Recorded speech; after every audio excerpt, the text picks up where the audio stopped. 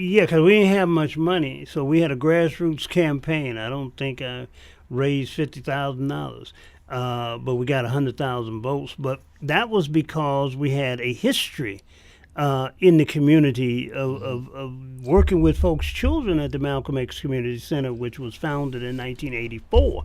So by the time we got to 1994, A decade in. that was a decade in. We had been taking folks camping.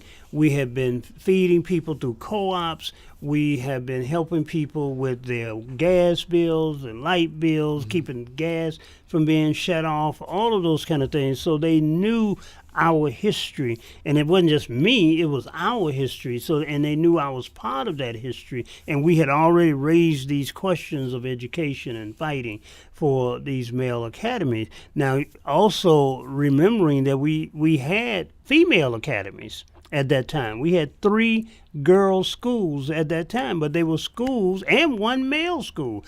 But the male school was the Frederick Douglass Academy, still exists, but it was only for boys who had been kicked out of school. And the female schools were for girls who were pregnant. And so we say, you got female schools. Why can't, but it's female schools for the negative, and it's a male school for the negative. Why can't we have a male school? We were only talking about 1, but we ended up with 3. When we got moving, we ended up with the Malcolm X Academy, the Marcus Garvey Academy, and the Macy Jemison Academy. I believe those were the 3. And so the ruling was we could have the academy, but we couldn't exclude the girls. So we said, fine, no problem. We'll have the academy, but we'll have male-centered classes. The girls can go to the school, but we'll still have male-centered academies, as male-centered classes, as well as female-centered classes, and rites of passage. So we were able to do that and create it. So once I got, and at that time, I'm mixing stuff up, because as we started that fight and created those schools, I wasn't on the board. But in order to maintain those schools, I ran as a member of the Malcolm X. I was the vice president of the Malcolm X parent organization. Okay. And so we won, and then we began to implement what other folks had already laid the groundwork. It wasn't me. It was people like Brother M.Z. Nabawi and Brother Bonacci, Helen Moore, Sisters Shakira, and others had been out there. And then you had people inside the school system that brought those books to you, because we had a decade of child placed in crisis conferences.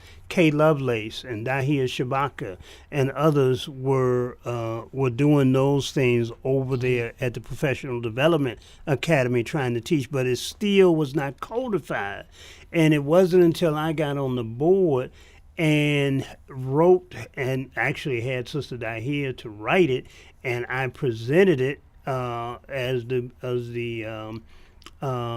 school board member, the African-centered resolution for the Detroit Board of Education, that every class and every teacher and every principal had to agree to implementing this concept. So we put it into the record that this is an African-centered school district. And that alone, like that revolutionary act, which you were a big part of, and really, like at that point, you were kind of like the running back at the goal line, and the team got it down there, and you all pushing it through, like you all in the offensive line of. I didn't know Mama Dahi had a lot to do with that, but Dahia? Yeah. I didn't know that. We placed her. She was a social study teacher, but we took her out of that and ultimately put her over the social studies department. Deep. Yeah. And this whole act of it as like one of the first when we think about the first transitions of the strong Black Power movement throughout the city of Detroit. It started. The first step in that fight was the school system. Yeah. So yeah, we were able to do that, and we were able to take all of the studies. People like Naim Akbar came in, and was laying out the history. Malefe Asante, Basil Davison, all of these folks were coming in and laying out. Because what Dr. K. Lovelace, who was over the Professional Development Academy, her thing was our children have been placed in crisis.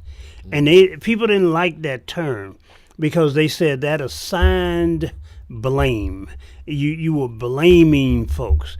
Well, they didn't fall in crisis. They didn't walk into a crisis. They didn't create the crisis. They were placed into a crisis. African, black, what was it called? African Child Placed in Crisis Conference. African Child Placed in Crisis, or Black Child Placed in Crisis conference every year. And it was people came in from all over the country, and then it became the teaching tool and for African-centered education inside of the public school system. We already had African-centered institutions outside. Those were the most revolutionary and the most progressive. And we knew that there were certain things that we couldn't do inside of the system in terms of African-centered education that you can't make people do. But we codified it and created a curriculum, and Sister Dahir called it a curriculum on the wall.